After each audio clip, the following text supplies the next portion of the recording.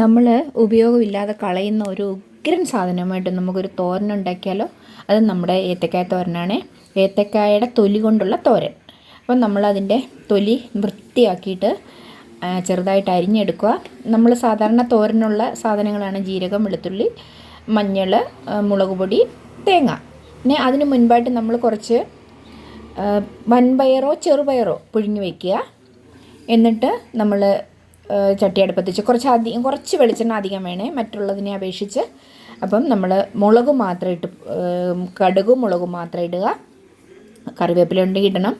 എന്നിട്ട് നമ്മൾ ഈ വേവിച്ച് വെച്ചേക്കുന്ന ഈ തൊലി, ഏത്തക്കായൻ്റെ തൊലി അതിലേക്ക് ഇടുക. അത് കഴിഞ്ഞിട്ട് ആ വൻപയർ വേവിച്ച് വെച്ചതും ഇട്ടിട്ട് ഈ ചതച്ച് വെച്ച ആ അരപ്പ് അതിലേക്കിട്ട് നമ്മളൊന്ന് മൂടി വയ്ക്കുക. മൂടി വെച്ചിട്ട് ഒരു പാത്രം കൊണ്ട് ഒരു 5 മിനിറ്റ് നേരം മൂടി സിമ്മിൽ വയ്ക്കുക.